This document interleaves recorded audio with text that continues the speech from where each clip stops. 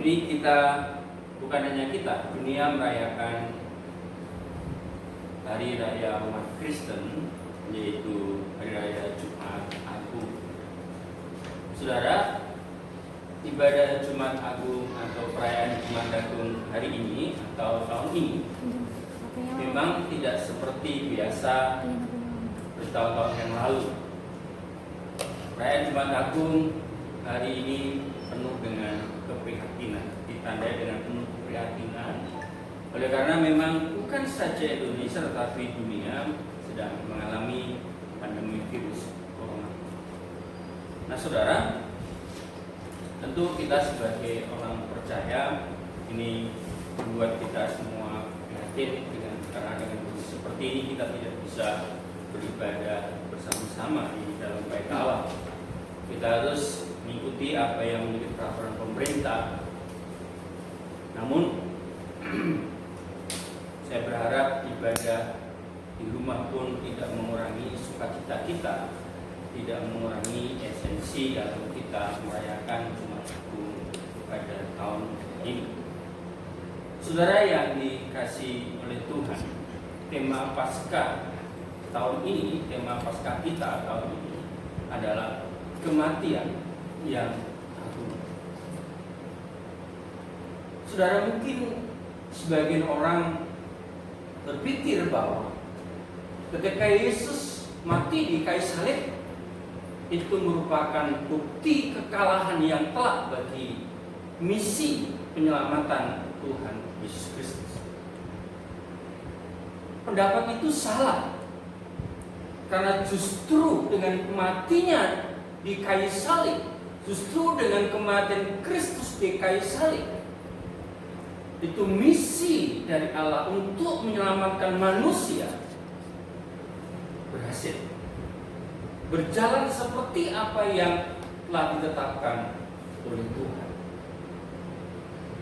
Kematian Kristus sebetulnya adalah kematian yang agung, kematian yang terbesar, kematian yang tidak ada bandingannya dibanding dengan kematian-kematian yang ada atau kematian-kematian manusia yang ada di dunia ini.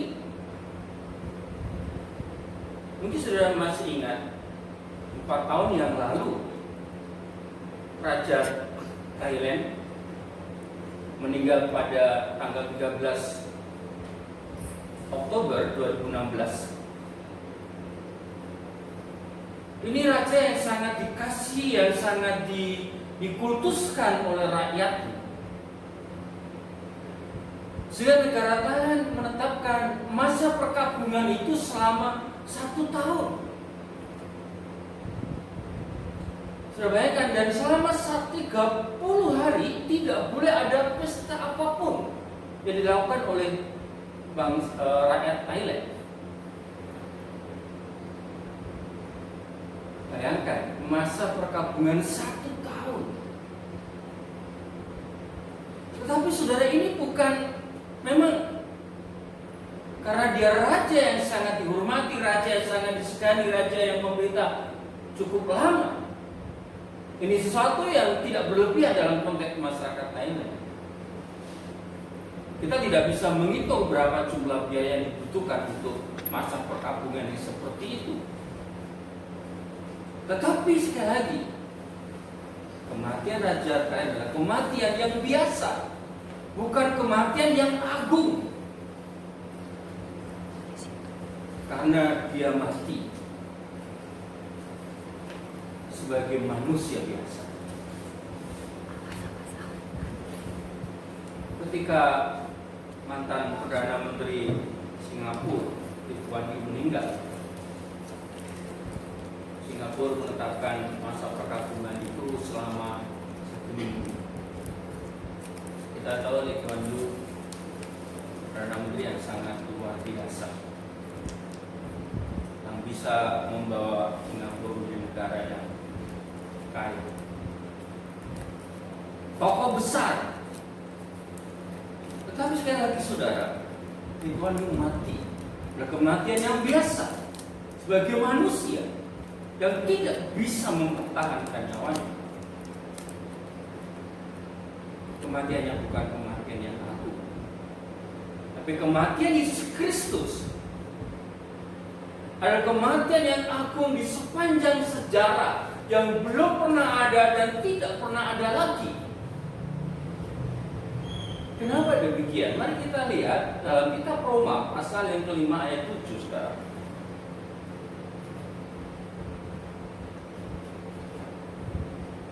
Kitab Roma pasal yang kelima ayat yang ke-7. Dikatakan di sana, sebab tidak mudah seorang mau mati untuk orang benar, untuk orang yang benar. Tetapi mungkin untuk orang yang baik ada orang yang berani mati. Ulangi, sebab tidak mudah seorang mau mati untuk orang yang benar. Tetapi mungkin untuk orang yang baik ada orang yang berani mati. Apa sih maksud teks ini?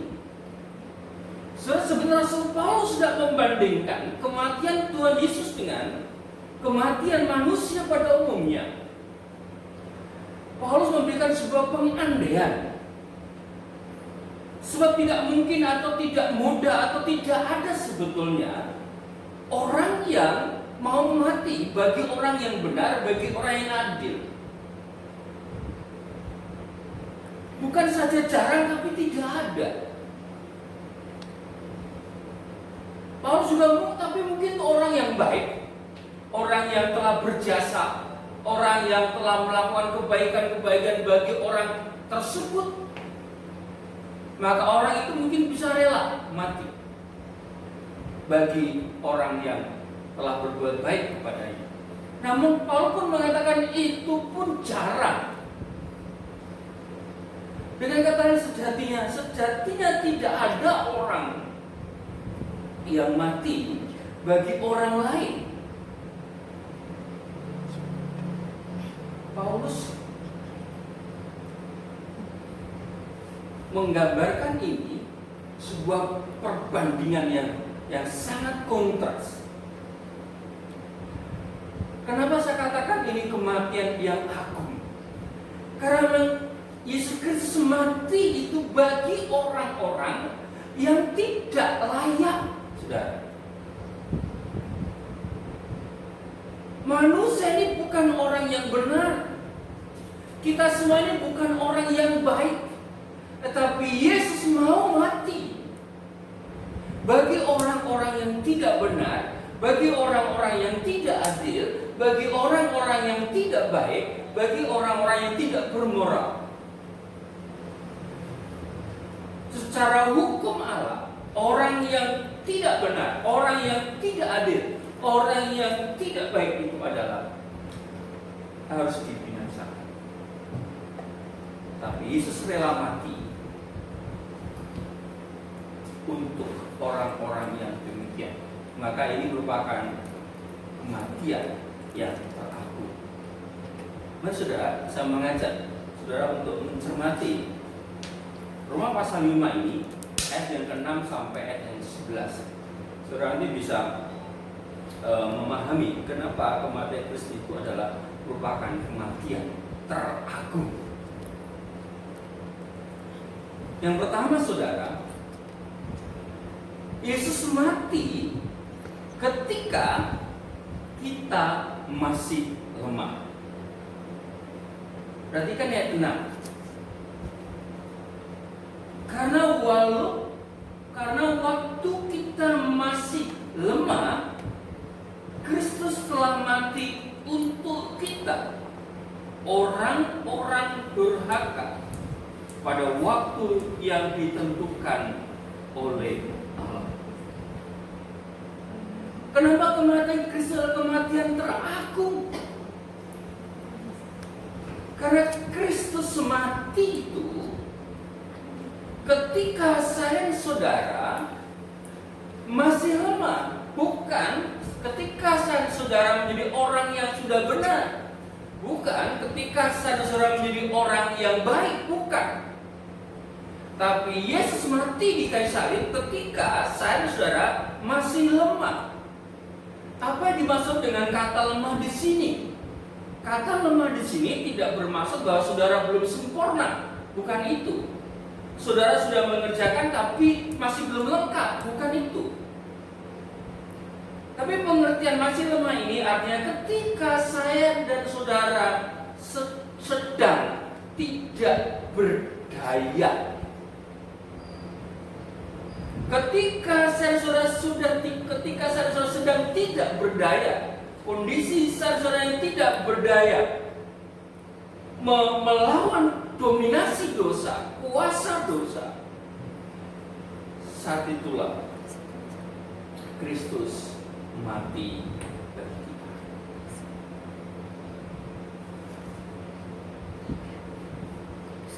Dikatakan kematian Yesus Kristus itu menggantikan kita.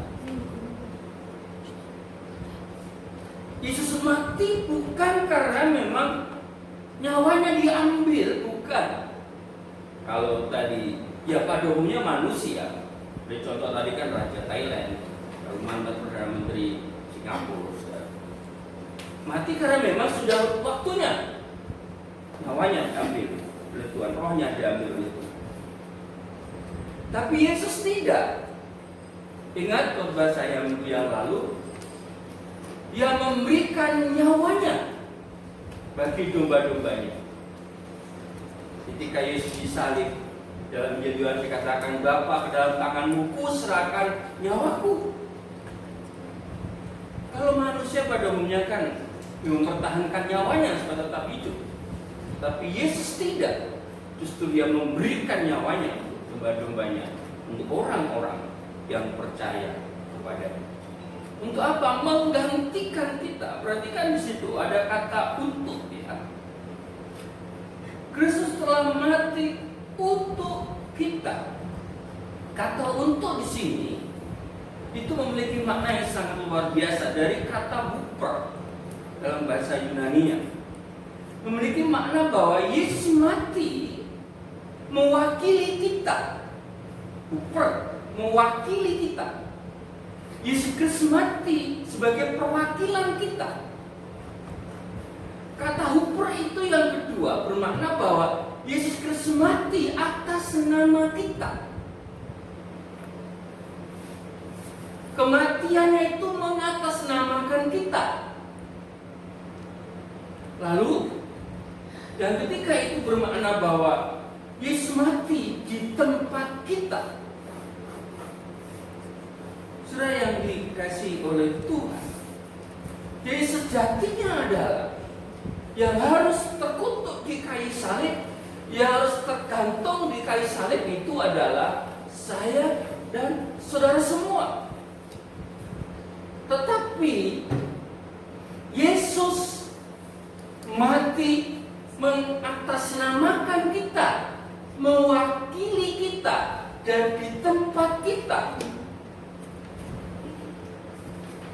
Itu yang dimaksud dengan menggantikan kita. Saudaraku, bukankah ini adalah merupakan kematian yang teragung? Kenapa? Karena siapa sih kita itu dikatakan di sini adalah orang-orang durhaka. Apa yang dimaksud dengan orang-orang durhaka di sini?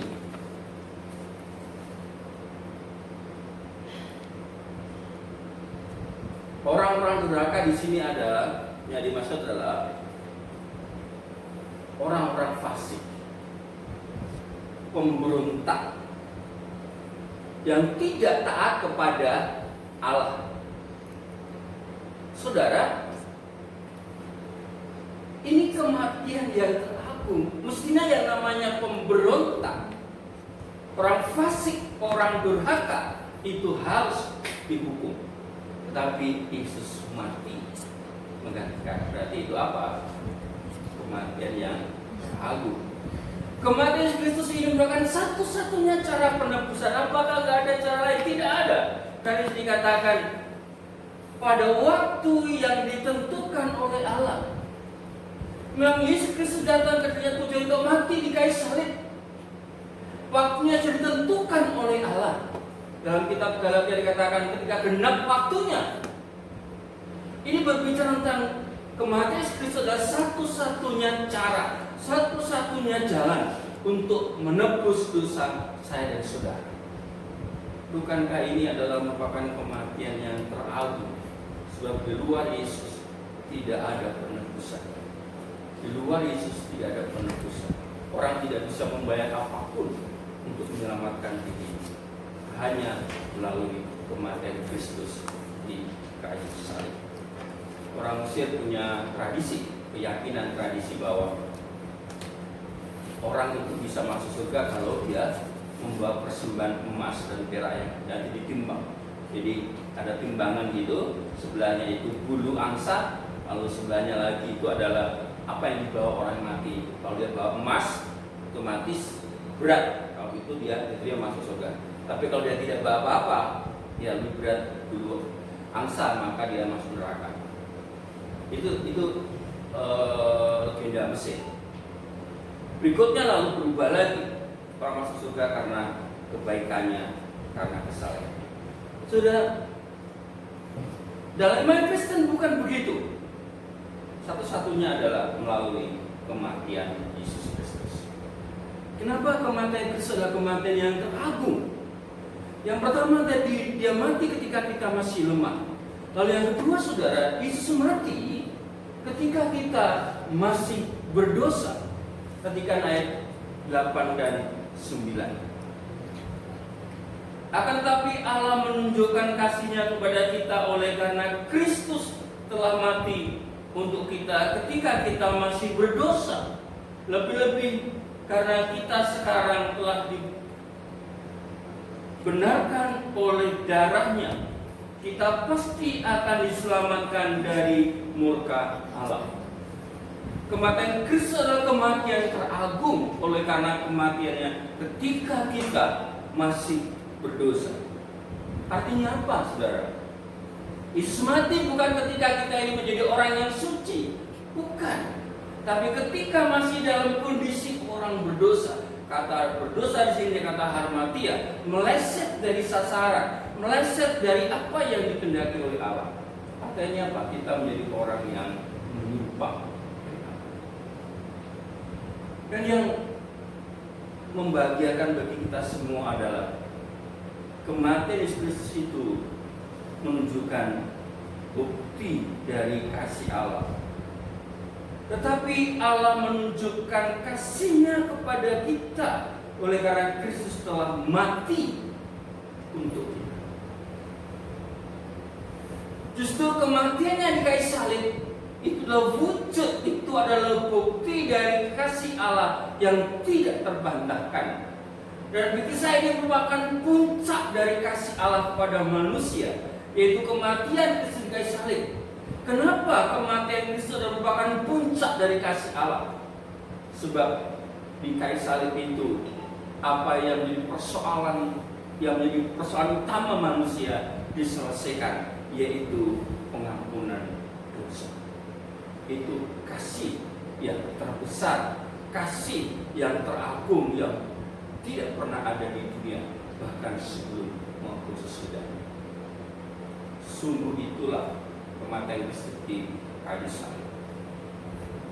Saudara, walaupun dikatakan Kristus mati ketika kita masih berdosa, kematian Yesus itu juga membenarkan kita. Perhatikan ayat 9, lebih-lebih karena kita sekarang telah dibenarkan oleh darah. Korban penebusan dalam perjanjian lama, darah binatang itu menutupi dosa umat Allah. Nah, korban Kristus di kayu salib melalui darah Kristus itu dibenarkan. Artinya dibenarkan di sini adalah bebas dari hukuman. Upah dosa itu kan maut, ya saudara. Tapi melalui darah Kristus, melalui kematiannya, kita ini dibebaskan, kita dibebaskan dari hukuman Allah. Maka ini merupakan kematian yang terbesar. Tanpa darah Kristus, tanpa kematian Kristus, saya dan saudara akan dibinasakan oleh Allah. Bayangkan, mana ada orang yang mau mati bagi orang-orang yang mestinya harus dibinasakan. Tidak ada.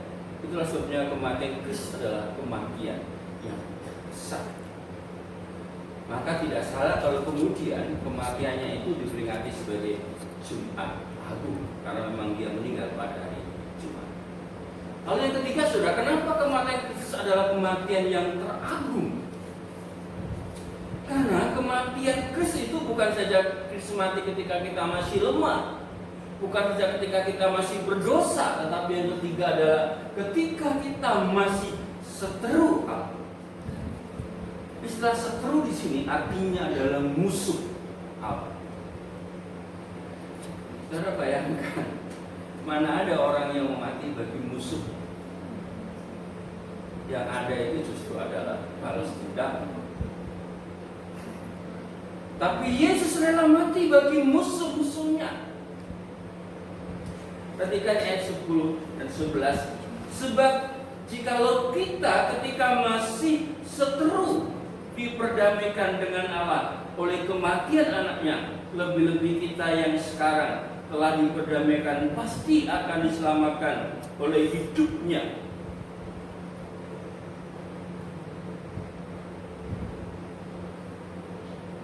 Akibat atau hakikat dosa itu, saudara, membuat manusia dengan Allah bermusuhan, atau tepatnya adalah manusia memusuhi Allah.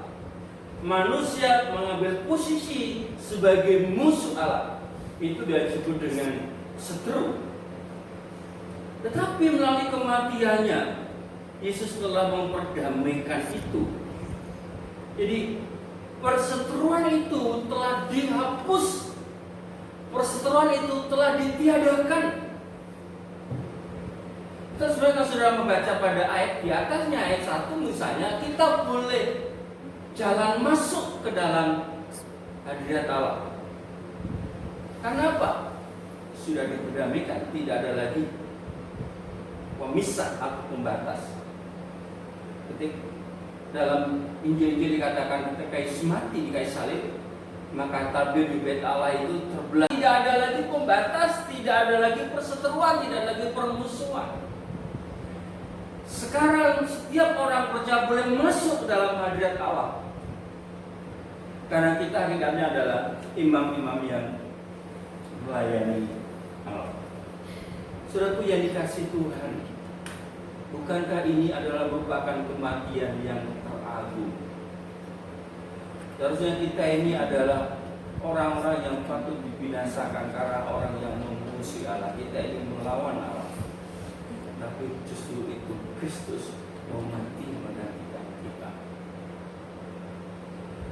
Tidak ada alasan apapun yang membuat Yesus harus mati. Kalau itu berdasarkan apa yang ada pada diri kita, tidak ada. Kematian Kristus itu menyelamatkan kita. Perhatikan ayat yang ke 10b dan 11 itu dikatakan, pasti akan diselamatkan oleh hidupnya, dan bukan hanya itu saja, kita malah bermuka dalam Allah oleh Yesus Kristus Tuhan kita, sebab oleh Dia kita telah menerima pendamaian itu. Upah dosa adalah maut, tetapi Yesus rela mati menggantikan kita, sehingga kita memperoleh keselamatan. Di ayat 9 bagian terakhir juga dikatakan kita pasti akan diselamatkan dari murka Allah. Bukankah ini adalah merupakan kematian yang teragung? Mestinya kita semua orang-orang yang dibinasakan, mestinya kita orang dimurkai oleh Allah. Tapi Yesus rela menggantikan, menerima semua murka, menerima maut itu di kayu salib, agar saya dan saudara diselamatkan oleh Kristus di sini. Bukankah ini adalah merupakan kematian yang teragung? Kiranya setiap Paskah kita mengingat ini suatu peristiwa yang sangat bersejarah. Karena di sanalah saya dan saudara beroleh pengampunan dan penebusan. kematian Yesus Kristus adalah kematian teragung. Sebab dia mati bagi manusia, bagi saudara yang seharusnya dibinasakan, yang seharusnya dimurkai oleh Allah. Mari saudara kita memaknai ibadah Jumat Agung ini sebagai sebuah ibadah yang agung pula, oleh karena pribadi yang teragung itu rela mati untuk menyelamatkan saya dan saudara.